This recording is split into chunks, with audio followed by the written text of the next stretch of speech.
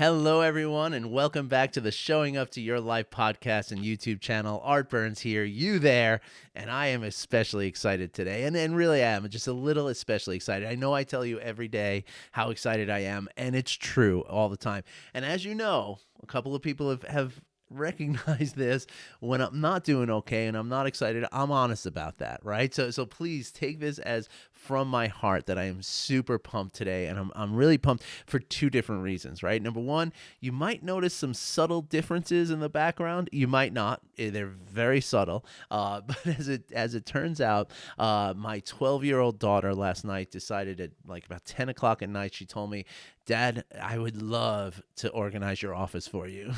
And I was like, well, what's keeping you? Please go ahead. And so she has alphabetized all of my books, which is kind of amazing, right? And so I hope I have a little librarian on my hands that would make me very, very happy. But yeah, so I'm excited about that. So things are a little bit in different places. So again, it's not very consequential to you, but it's very exciting to me. And but really, the other reason why I'm super excited today is for, I'm going to tell you, it's going to sound very weird. I'm excited about anger. That sounds so funny, right? I did not plan that. This is the second take of the video, so I just did that thing, but it came to me very spontaneously, and it's just so absurd to say I'm excited about anger. But I am, right? As I told you all the last couple of days, I'm getting ready to launch a new program. About 2 or 3 weeks. The dates and specifics are not quite congealed yet. It's all still, floating around in the ether of my mind. But it's getting close. Okay, no more than 3 weeks away, and which means that in about 2 weeks from now, I'm going to do a webinar, and I am so psyched. I love doing webinars for over a year, for like 1 week over a year, so like 53 weeks I think it was. I did a webinar every single Sunday evening, every week, didn't miss one. And the webinar was about stress, right? I don't know why I'm smiling about stress and anger, but it's well, I'm not smiling about the stress and the anger, but what I'm smiling about is the way that I get to, like, it's my duty, it's my job to dive into this research and information. And that's what I did with stress for years. I consumed everything I could about stress and learned everything I could about stress so that I could teach you about stress. And many of you came to this mailing list or these channels through that webinar. That's how you got on my list, and I'm so excited that we're still here together. But the idea though is that it's such an amazing opportunity that, as I see it, to be able to learn about these things and to learn so that I can deliver information and not only information about the stress and about the anger, but more importantly and vitally more importantly, how to deal with it. Right? Because as I came to know, and it's funny in my work, I'm constantly learning through the work that I'm doing, right? It's like a feedback loop, right? Like I'm doing things, I'm learning from the experience, just like you do, right? When you do the meditation and you work with mindfulness every day, as I've said in my webinars, like I could tell you everything there is to know about mindfulness, but until you actually start doing it, you're going to learn more by doing it than you could ever learn by me telling you about it, right? It's like riding a bike. I always use this analogy. So I could write a 1,000-page book that covers every detail about bicycling, right? Everything about how bikes are made, how they work, how you ride them, different types of bikes, different, muscles that are used, the balance, the momentum, the speed, the regulation, the brakes, the gears. I could tell you all about it. Right? And I could give you such a comprehensive explanation of bicycles that you literally would have an expert level of knowledge about bicycles, right? But until the day that you actually get onto a bicycle, there's no way you're going to know how to ride the bike. Right? You know everything about the bike. You know conceptually about how to ride a bike, but until you actually feel that wobble and understand that it's the momentum and the that kind of relieves that wobble, you never understand that without feeling it, right? Without experiencing it, without doing it, without practicing it. And so the same is true for mindfulness practices, right?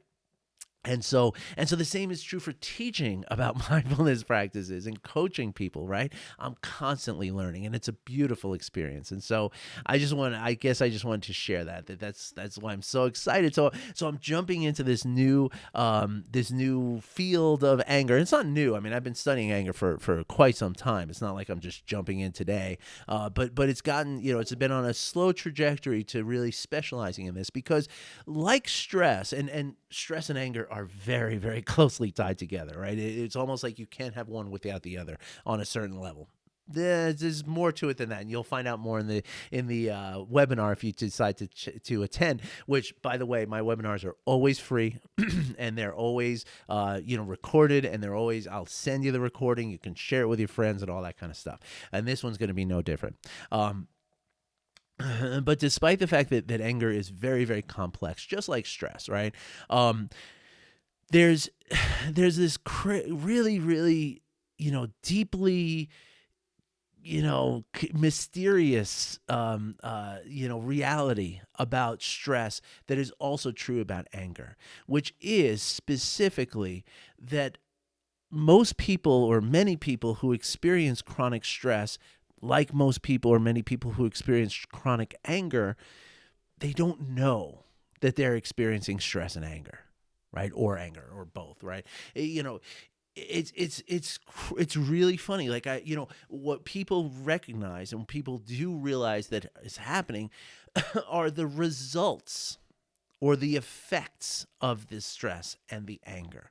I'll give you an example. There's been a number of times where I've been on the phone with somebody or in a meeting, people are like, come to my webinar, or even people who I've just talked to in, out there, like people I've just been in conversations in restaurants and online at the supermarket, whatever, all over the place, right? It's very, very common that people tell me, I'm not stressed. I'm fine. I'm busy. I got a lot going on in my life, but I'm not stressed. No, that's not me. I'm good. Right. Same thing with anger. But then when I'm talking to them, I ask some questions, and I probe, and we get to know each other, and I find out that, okay, you're saying that you don't experience stress, but you have chronic insomnia. You work, you admittedly work way more than you probably should, which is an indication of workaholism. You maybe have other, maladaptive coping mechanisms. Maybe you're overeating, maybe you're drinking a little too much, maybe you're smoking cigarettes, this kind of thing. Maybe you're having trouble losing weight, even though you're going on diets, which is, especially in the gut area, the abdomen, that's a clear sign of cortisol, which makes us hold that weight in our midsection. What else? There's a lot of different things. So all of these things that I named are results of chronic stress. So if somebody has all of these things in their life, right, if all of these different behavioral realities are true for a person, well, I hate to tell you, but you are experiencing chronic stress, right? And that realization that people have, it's this really beautiful moment, right? Because it's like, wow, now I know what it is, so now I can actually do something about it, right? And so anger is very similar, right? A lot of people don't feel that they necessarily have anger in, that they're, chronically angry, right? They might, what people say is, well, I'm not angry. It's just everybody around me just irritates me.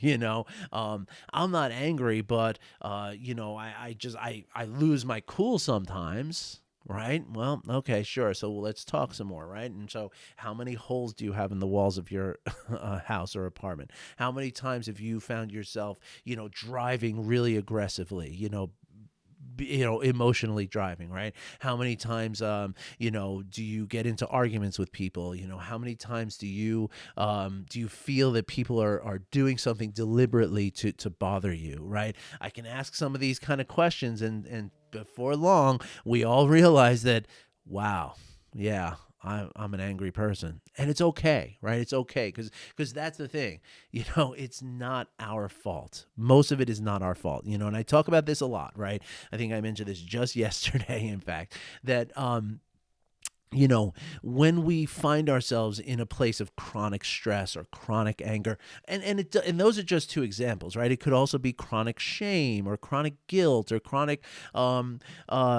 forgetfulness, or all these kind of things, right? They're all sort of, well, the forgetfulness, that's really a result of stress, actually. So let's strike that one from the record there. But the idea, though, is that, you know, any of these things, right? The chronic stress, the chronic anger, the chronic fear, the chronic,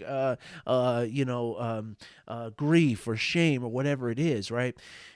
A lot of, most of the time, at least a very vast, proportion of those qualities that you might embody and are part of your personality, right?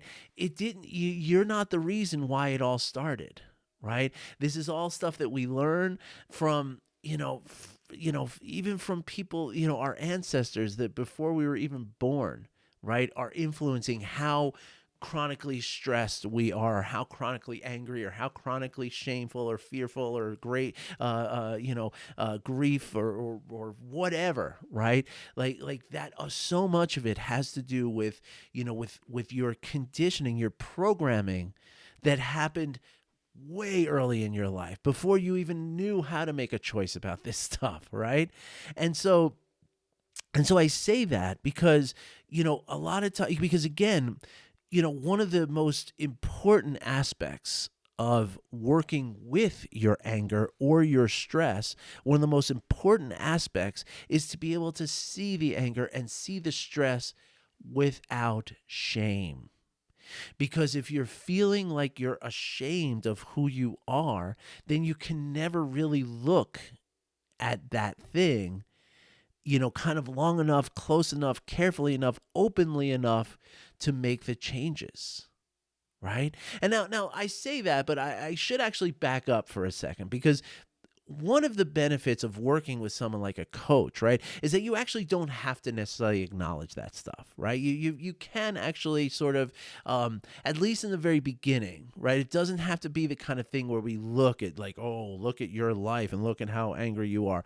That's not how it works, especially in the beginning, right? In the beginning, it's all about working with a trusted and certified and capable teacher to relieve some of the anger and relieve some of the stress, understanding it is not necessary. It helps. It definitely helps to understand. Well, let me say it differently. Understanding how stress or how anger or how grief or how shame work in our body, that is extraordinarily helpful to understand that in order to work through it, right? But understanding where your particular anger came from, or your particular stress or shame or grief, that's not that necessary. Right. And so, and really, that kind of draws a distinction between therapy and coaching. Right. This was not something I was intending to work on today, talk about today, but it's a very valid issue, and something that comes up. So it's a great time to talk about it. So when we work with therapy, right? Therapy is about, or at least part of it. And I have very limited experience in therapy myself personally, right? So I'm gonna be a little bit generalized here. So pardon me if I get some details, maybe a little, but the way I understand therapy, right, is that therapy is about looking back at what's happened to you, right? Like looking back, like, starting from who you are, how you kind of, behave, how you feel, how you operate in your life, right? And kind of, looking through that prism and into the causes of that, right? And kind of addressing that sort of, whether it's trauma or whether it's, abusive relationships, that kind of stuff. Like getting into all of that is what therapy is all about, right? Just like physical therapy, right? You're taking an injury and you're kind of, operating from the place of like, okay, now I did this thing that hurt my leg or my thing, or I had to have the surgery or whatever. So now let's figure out, maybe some of the bad habits that got us into this part in got us to this point to begin with, and then let's figure out how to rehab that muscle, that joint, that whatever it is, right? So therapy is about healing from a pathology, right? Healing from something that has hurt you, right? Coaching is more about taking, okay, this is where you're at right now. This is where you want to be, X amount of time in the future or as soon as you possibly can. So now coaching helps us bridge that gap, right? Coaching helps us, what coaching is, what a coach does is helps you to create, methodologies and practices and functional kind of things moving from this point forward to get you to that place that you want to be. Right. So you can, in very, very generalized terms, right, you can look at it as therapy is looking back and healing from what has happened. Coaching is looking forward and healing now so that we can function in the future. Right. So both, I shouldn't even say that coaching doesn't necessarily include healing. My coaching does. So that's something that I work on. But again, as I started to explain before, it can be sort of a parallel path. Right. So most of the time with clients, I don't get into anything, in terms of what their life is or how they, we have an initial consultation. So I understand what's cooking for them and what's, what is, what their needs are. Right. But really the sort of, deeper stuff doesn't really happen in the first few weeks. The first few weeks are just about, here's the practices. We're going to start doing this and we're going to start to relieve the stress, relieve the anger so that we can now start working with it. Right. It's almost like first we got to put out the fire, right? And then we figure out how to, then we talk about fire safety and what we're going to do moving forward. Right. So it's kind of like that. And that consultation happens completely for free. and that is the link that I'm always leaving here in the description, which I'm going to leave again today, is an opportunity for you to have that initial consultation with me. And sometimes that results in coaching, sometimes it doesn't. And it's okay, right? Either way, it's all good. All right. So listen, I've been rambling here today. It's been a really, different sort of episode today. So let me now get into what I was going to talk about today. And again, thank you for bearing with me. This is what happens when I get excited, and I am really excited. I always get excited when I start a new program because it's like, it's so fresh and exciting and new and like just the potential is just, I just get so excited about it. So anyway, if you're interested in checking a program out, or just registering for the webinar or whatever, either email me back and just say, hey, I'm interested, hold the spot for me until I know more, right? That kind of thing. It doesn't cost anything. You'll have a chance to cancel out. No big deal. Or book a call.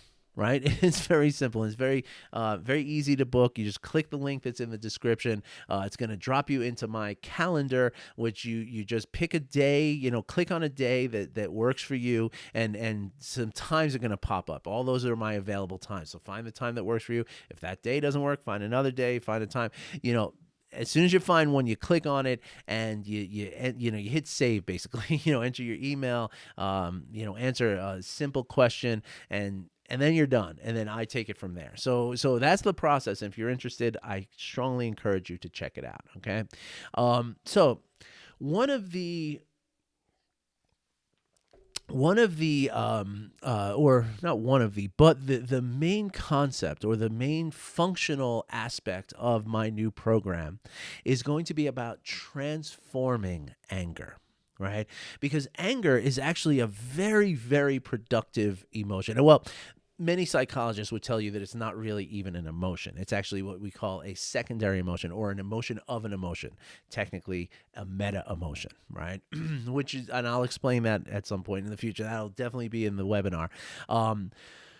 But the experience of anger, right, is something that is very, very valuable to us. In fact, all emotions are there to motivate us in some way, right? Either motivating us towards something that we love, that we want, or away from something that we fear, right? That's how the emotions work on a very basic level. And so anger, right, is the strongest motivator, right? It's literally like the strongest thing we can do before we're actually, taking like, violent action, for lack of a better word, right? And so it is something that we don't want to get rid of, right? And also, there's lots of scientific data out there, and I'm coming across many of it in this studying that I'm doing, that show that, like I talk about Dr. Mate all the time, Dr. Gabor Mate, who wrote a whole book about how suppressing anger and trying to force anger from happening is actually one of the most dangerous things you can do to your health, right? For your health. I mean, literally, like the way Dr. Mate describes it is, he says, "Oh yeah, I've met plenty of people who suppress their anger for their whole lives. I talk to them in the palliative care unit." Right? Palliative care is what we call hospice, right? Which is, when medicine can't do anything for you anyway, and you're just, they're just going to make you comfortable in your final days, right? So that's what we're talking about, right? That's how dangerous anger can be if it is not processed properly and processed in a healthy way, if it is not transformed into something that is beneficial, right? Because while anger can be an extremely powerful motivating force, often it's not. And that's the trick, right? Because oftentimes, as I said, a lot of people don't even know that they're experiencing anger. One of the things that anger does for us, which is true about stress as well, is that it impacts our ability to understand properly what's going on around us. So when you're experiencing anger, things are going to make you more angry, right? Like things that people say, things that people do are going to appear to you as insults and affronts and threats.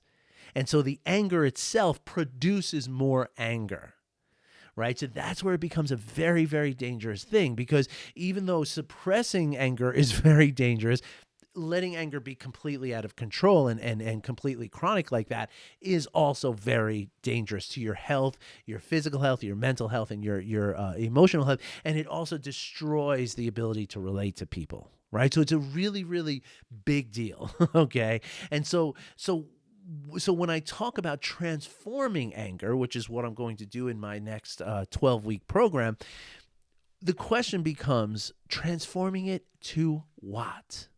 Right? And that's a really important question to ask. And unfortunately, I have a great answer for you, right? What we can transform. So the aspect of anger, or one of the most, one of the most, sort of impactful characteristics of anger, right, is the sense of a loss of control, right? Like when you're in that anger place, like, well, again, it's a very complex thing. It's going to be well covered in the webinar and in the course, of course. But anger can be looked at as a spectrum in and of itself, right? Which is true of a lot of emotions, right? You can feel a little happy, or you can feel just overjoyed, right? You can feel a little, affection for someone, and you could just be, I gotta give you a hug, I love you so much, right? So there's a spectrum to all emotions, right? But anger is specifically marked by its progression, right? Anger starts as something that might be like irritability, right? Like just a little peevishness kind of thing, right? Like, frustrated, like, maybe I bang on the table, maybe I slam a door, because I'm angry, right? But anger evolves into something that we call rage, right? Like, and can be blind rage, right? Where we don't, and that's one of the other things that anger does for you, is it changes the way you perceive the consequences of your emotions too, right? Or not consequences of your emotions, consequences of your actions, right? So when you blow up and you yell at somebody, when you're in that anger place, that seems like a logical thing to do. And it seems like there's no way that somebody could have a problem with that, right? But of course, the people who aren't angry around you, they do have a problem with it, right? And so that's what makes it very hard to function in the world when we're feeling that anger, right? And so the idea then is to work with the anger that we have, to allow it to motivate us, but never to lose control. Okay? And that's the key, right? Because if we can process our anger and use the motivation of our anger while still maintaining control, that's how we transform anger into what I call assertiveness, right? So if you two different ways to handle something, right? Like, let's say, your significant other or a job or, boss or a client or a colleague or something does something that triggers that anger in you, right? Now, you could blow up and you could say, you effing son of a, I can't, rah, rah, rah, rah, rah, rah, rah, right? And what you're doing in that time, in that space, is you're trying to affect a change in the behavior of someone else, right? You're trying to change the reality outside so that you don't feel the trigger of anger inside. That also is not how it works, right? We can regulate it from within, which is also going to be part of the course, right? But the key is, though, that, remember, as I said, anger evolves into this rage. Now, rage is marked by lack of control, right? There's nothing, rage and control do not belong in the same sentence with each other, right? Unless it's lack of control, right? And so the concept then of transforming anger into assertiveness is the controlled version of anger. Right. So instead of yelling at somebody and saying, you effing son of a, I'm going to get you. And right. Instead of doing that, what transformed anger can look like is actually calmly saying to somebody, what you did today was unacceptable, and I refuse to be treated that way. And if you want to stay with me, if you want to stay in this relationship, we have to figure out some way to mutually respect each other and to, not allow this sort of thing to happen again in the future. What sounds more effective? Right? Like, the anger still produced that motivation to confront that person, but it's how I confronted that person that changes, right? If I confront the person with this out of control, generally speaking, they're not going to listen to me anyway, right? So really, it's just going to be a waste and just a damaging thing that just produces nothing of value, right? However, if I remain control and assertive with myself, well, then I can gain the respect of the people around me, and I can actually expect a change to happen, right? I am so excited. This is just one little part of this whole subject. I am so excited about it. Now, look, I love all of you, and I know that some of you don't deal with anger. And so please don't be dismayed, okay? I'm not going anywhere. I'm going to continue to, because the beautiful thing is, and this is what kind of, I'm maybe peeking behind the curtain a little bit and showing you the Wizard of Oz is not really a big deal. The beauty of this and what makes my job so fun and so exciting is that stress, anger, also shame, also grief, all these kind of things, the way to remedy them is exactly what I talk about here every day. It's exactly, it's being present, being accepting, being compassionate, and being curious, right? That will transform anger into assertiveness. So it's the same thing. So I tell you that to assure you that the content is not going to change very, very much. Okay. So you'll still be able to enjoy everything I've been talking about here for the last almost 500 episodes. Can you believe that? This is 494, I think. It's crazy. It's just... It's just staggering. When I started this, it was like, and it's actually over that. It's over 500 because at some point I restarted from 1 when I started naming the episodes. But so it's probably like 550 now. But I can't believe this has been for so long. It's really, really exciting for me. It's over 2 full calendar years that I've been doing this Monday through Friday. Right? That's amazing to me. So I just want you to all know that I'm not going anywhere and that this is still going to be, showing up to your life is still valid, right? Because we show up to our life without the anger, right? Because, well, let me put it to you this way. Anger is just like stress is something that can prevent us from showing up to our life. Right? It's the same thing, same concept, same stuff. So it's just for the next 2 weeks that I'm going to be talking specifically about anger a lot here, just to get everybody, excited about this new course. But trust me, after this, it's all going to go back to what it's been, and it's going to be just kind of, pretty, it's evolving and it's changing, of course, but it's going to be relatively similar to what I've been doing. So trust me and worry not. Okay. All right, everybody. Links are in the description. If you're interested in a call, please just click the link for the Calendly. I'm also going to put the link for my for our morning meditation tomorrow morning if anybody's interested in joining. And of course, I'll put the link for my Patreon if you're interested in supporting this work. Help me, buy new equipment, maybe a better camera, that kind of stuff. I'd be excited for that too. So I'll put that link in the description as well. And in the next few days, you're gonna start seeing another link to register for the webinar, and I am so excited about that. All right, everybody, have a great day. Have a wonderful weekend. I'll be back in on Monday to talk about some more awesome stuff, and I'm really excited about it. Have a great day. Bye bye.